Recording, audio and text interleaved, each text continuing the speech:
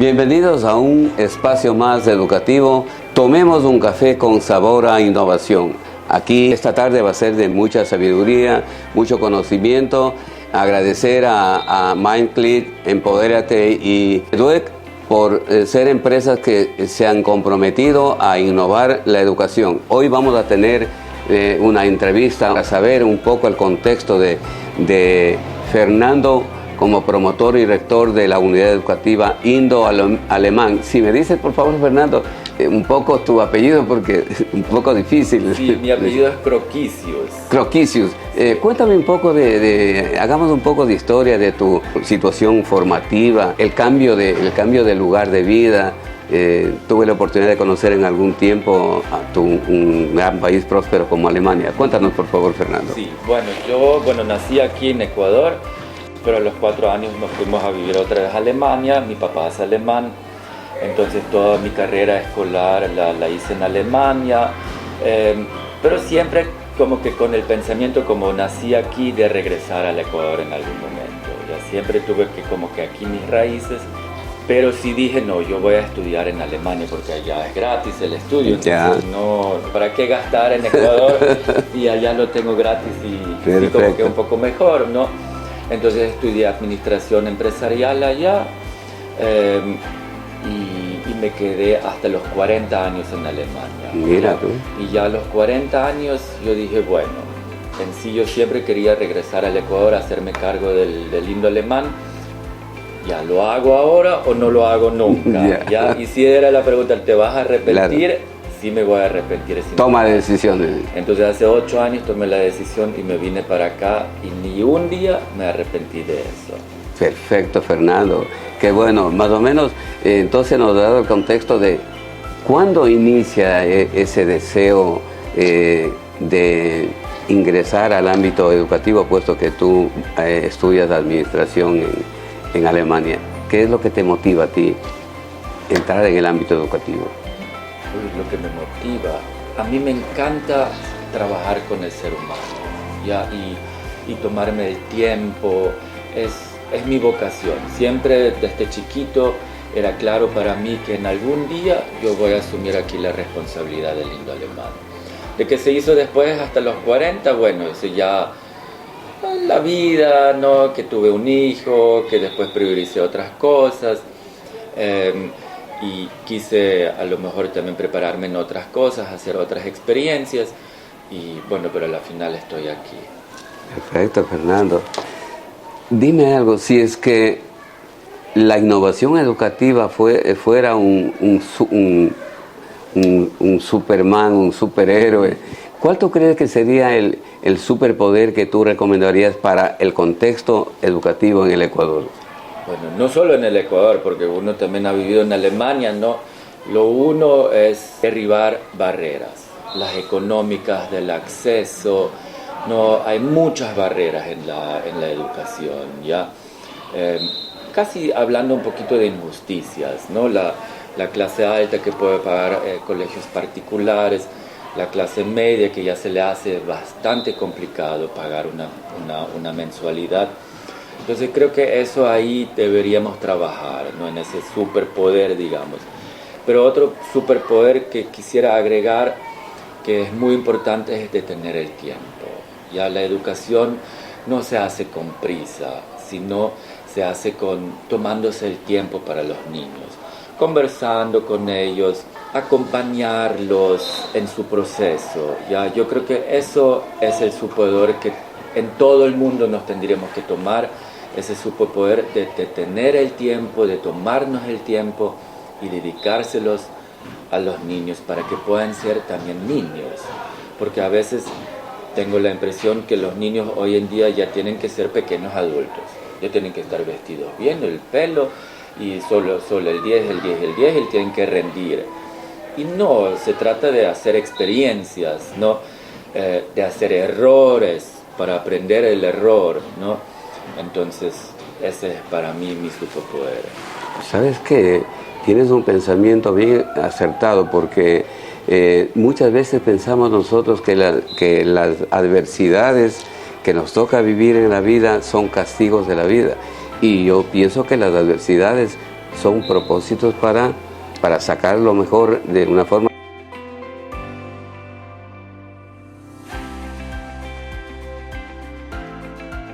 resiliente y dar un paso hacia la superación. Y hay que enseñarles a los niños y a los adolescentes en el ámbito educativo de que ellos tienen que aprender a perder. Muchas veces los padres de familia les encasillamos a nuestros hijos el 10, como acabas de decir, el 10 no puedes fallar, y entonces eso lo que trae es después ya en niveles superiores educativos, lo que trae es estrés y decepción. ¿Por qué? Sí. Porque creen que lo que los padres le dijeron esa es la verdadera sabiduría o el éxito del ser humano. Bueno, hablando de éxito, mi punto de vista de éxito no es la consideración del dinero o de las cosas que tú adquieras, sino más bien es llegar a ser buenas personas. Así es. Llegar a ser buenas personas. Así es. Ese debe ser la meta en la educación que tenemos, ¿no? Así es, Fernando. A que salgan chicos con valores, con empatía, que sepan manejarse dentro de una sociedad, ¿no? Y no solamente a chicos que sepan sacar el codo y queriendo ser el mejor de los mejores, ¿no? Yo creo que siempre uno encuentra a alguien que es mejor en algo, ¿no? Sí. Y un poquito ahí vemos en la sociedad del mundo las consecuencias de la educación que hemos hecho en los últimos 200 años, ¿ya? Y ahorita estamos como que en el punto final de eso, ¿no? Sí. Y nos toca, el tema que de hoy ha sido la innovación. Y estamos inmersos ahora mismo en la inteligencia artificial. ¿Cuál crees tú que es la esencia del docente, del directivo, para formar al ser humano en el ámbito humano, en el ámbito emocional? ¿Qué importancia tiene este tema en los centros educativos, ya que se dice que los contenidos ahora están a merced por la inteligencia artificial? ¿Qué puedes decirnos al respecto? Yo creo que para el docente es bastante importante, un poquito también respaldado por el estudio de Hattie, ¿no? Que debe de involucrarse con el estudiante, ¿ya? Tomarse el tiempo, conversar, no solamente materia, ¿no? Sino que también, ¿cómo has estado? Veo que algo pasó en familia, lo comunicó a la psicóloga, ¿no? Entonces ese tiempo de que el niño vea, ok, yo soy un ser humano, no solamente soy un producto o un cliente, que en nuestro caso el papá paga una pensión, sino que soy un ser humano y soy visto como ser humano, que tengo necesidades, que necesito a alguien que me escuche, ¿no? Yo creo que eso es algo que está faltando mucho en la sociedad de hoy en día, con todos esos celulares y el TikTok, y yo le digo ¿cómo se llama? El deporte del dedo, que hacemos todos así viendo esos videos de 20 segundos. Fernando, tú has dicho una realidad. Fíjate que los seres humanos, como esencia humana mismo, necesitamos ser escuchados, necesitamos ser incluidos, y posiblemente por las falencias que le toca vivir a los niños de este entorno, necesitan ser escuchados, como tú dices, en los centros educativos, sí. y no desvalorizar al currículo. Es necesario, claro, pero lo tenemos que hacer una reingeniería para llegar a este tema de que el estudiante sea un gestor del aprendizaje, pero dentro de un ambiente sano, un ambiente emocional. Sí. Y si el docente no es un líder, no es un meta líder que maneja sus emociones, difícilmente va a poder ayudar a los estudiantes en ese sentido. Así es. No, y por ejemplo, lo que yo aplico en mis clases, enseño alemán. Entonces en quinto, por ejemplo, como ahí tengo 2 horas seguidas, tengo un poquito más de tiempo, tengo un video de YouTube de una respiración. Y ahí, como son las 2 últimas horas, mis niños de quinto ya están agotados. Ya terminando sin energía. Ya. Ajá, entonces siempre me tomo esos 10 minutos ese video y es una respiración de la abeja.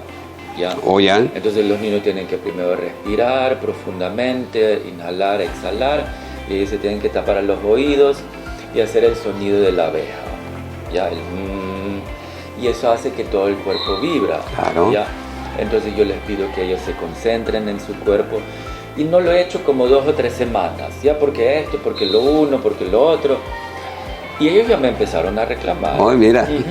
Claro. ¿Y por qué no estamos haciendo la respiración? Ya, hagámosla, ¿no?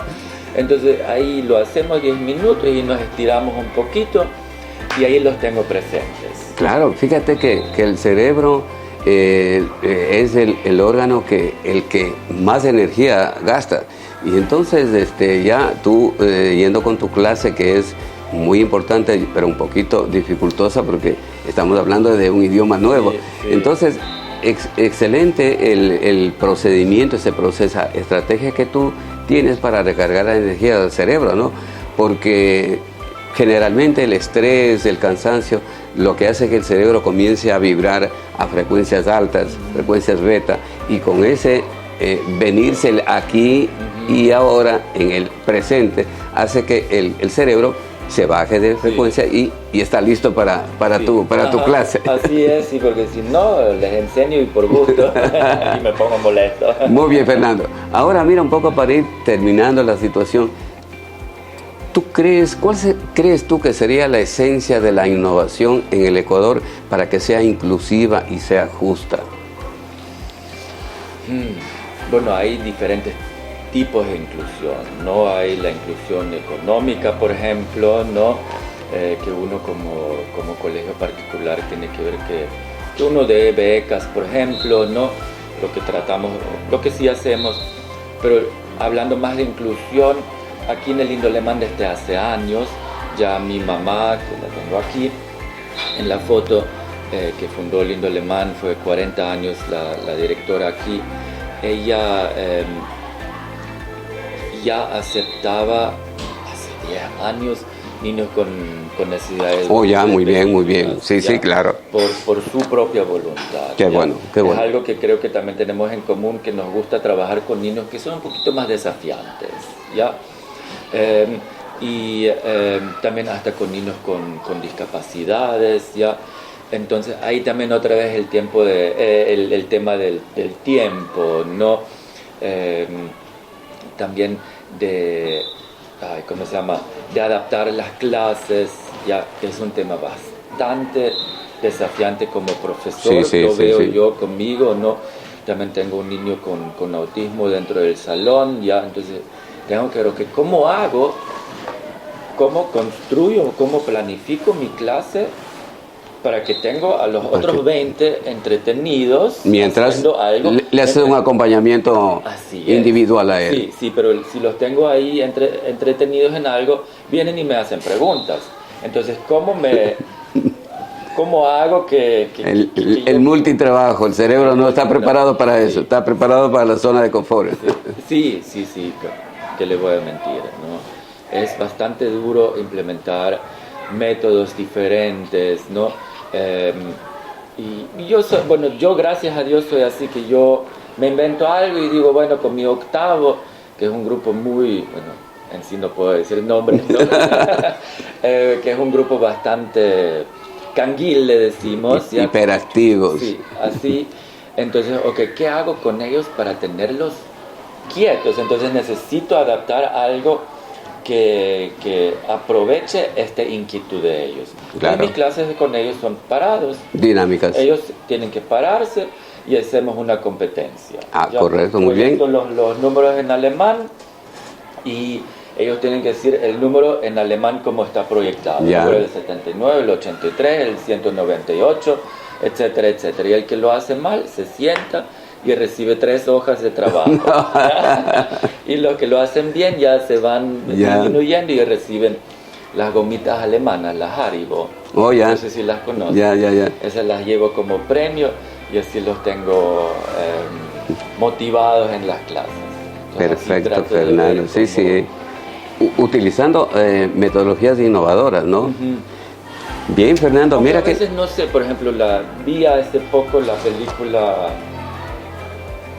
con Robbie Williams, Ya. ese internado. Él también aplicaba, eso fue hace 30 años, y él también aplicaba métodos tan diferentes, ¿no? Claro, muy criticado en esa época, pero creo que a veces es solamente tener también la empatía para el Sí. ¿no? Sí. Es importante porque, mira, yo pienso que no existe un sistema unificado, una metodología unificada, sino que uno tiene que irse adaptando de acuerdo al contexto. Sí.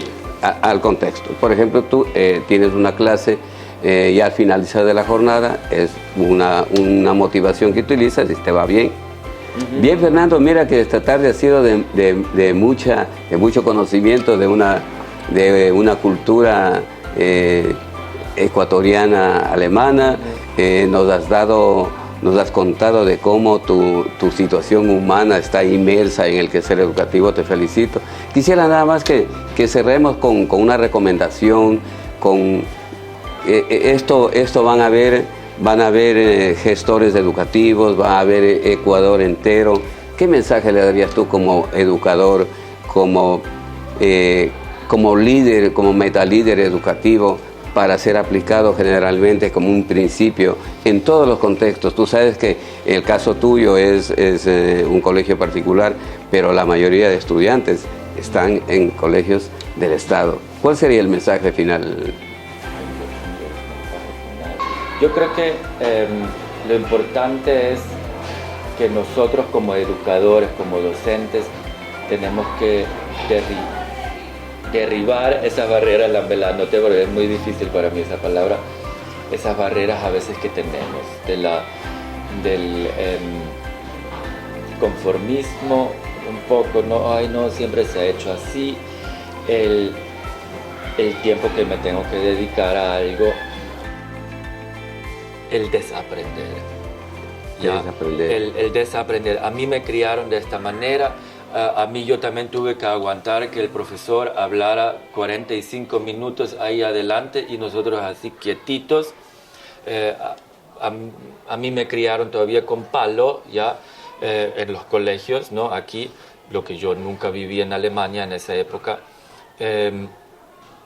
Tengo que primero desaprender, que es lo más difícil, creo que a partir de una cierta edad, para después tener la valentía y decir, no, yo quiero ahorita aprender algo nuevo, ¿no? Y ahí aplicarlo. Y de ahí decir, chuta, me fue pésimo, ya esa clase fue horrible, no importa. ¿Reconocerlo? Reconocerlo, reflexionar por qué no me fue bien, ¿ya? Y cambiarlo, ¿ya? Y si me preguntas a mí, yo también aplicaría un poquito más de la pedagogía reforma, así Reformpädagogik se llama en alemán, que es un poquito más de darle más responsabilidad a los niños, ¿ya? No solamente nosotros somos los que, y tienes que hacer ahorita esto y esto y esto, sino que ellos también, uno los tiene que llevar a que sean responsables. No podemos esperar que nosotros les decimos todo lo que ellos tienen que hacer y a los 18 años Dios abre la cabeza y dice, y aquí está la responsabilidad, si nunca tuvieron que realmente asumir responsabilidad, porque hacer lo que te dice el otro es ser obediente. Claro, no es disciplina, no es responsabilidad. Sí, y no es disciplina, ¿no? Bueno, sí, disciplina sí. Entonces yo creo que eso sería mi mensaje. Gracias, Fernando. Gracias a todos por estar presentes aquí con Fernando. Ha sido de mucha valía para la educación porque nos has dado pautas muy importantes desde el punto de vista del liderazgo y sobre todo me gustó muchísimo de la parte humana. Y el mensaje final, desaprender los viejos paradigmas, porque en ese lugar se tiene que poner la innovación, el deseo de ser mejor. Y yo pienso que sería un mensaje mío, yo diría, encontrar el propósito. Aquí estamos nosotros es por una razón. Dios nos puso aquí con un propósito y nuestro trabajo es encontrar ese propósito. Y no sé si a ti te ha pasado, cuando tú encuentras el propósito, mi propósito encontrado, yo originalmente en mi primera profesión fue ser militar, yo me jubilé de marino de guerra. Okay. Y entonces después de eso incursiono enfocado por una hermana que está muy inmersa en la educación. Yeah. Y entonces fui por el ámbito educativo y he encontrado es una pasión. Para mí, educar es porque yo estoy convencido que ese es mi verdadero propósito. Sí, yo también, siempre que tengo el tiempo para conversar aquí con chicos, que como ustedes ven, aquí esto es abierto, esto es transparente. Entonces, con eso también invito a los estudiantes que puedan entrar, que puedan conversar conmigo. No soy ese tipo de director que le tengan miedo, aunque me tienen miedo, ¿ya? Porque creo que ser director es tener miedo. Pero yo quiero que ellos aprendan aquí a conversar, ¿no? Y siempre trato de llevarlos a la metacognición. Por ejemplo, a veces, claro, tienen que ser llamados porque han hecho algo. Claro. Entonces yo siempre les pregunto, ¿y por qué estás aquí? Y muchas veces me dicen cosas que por eso ni están ahí, ¿ya? Entonces, siempre tratar de llevar al ser humano a pensar, a reflexionar, a hacer ese otro paso adentro de la cabeza para cada día ser mejor, ¿no? Y tener ese propósito, encontrar ese propósito, sí. Ok, Fernando, un gusto. Y recuerden que muy pronto nos volveremos a ver en otro espacio de Tomemos un café con sabor a innovación. Muchas gracias.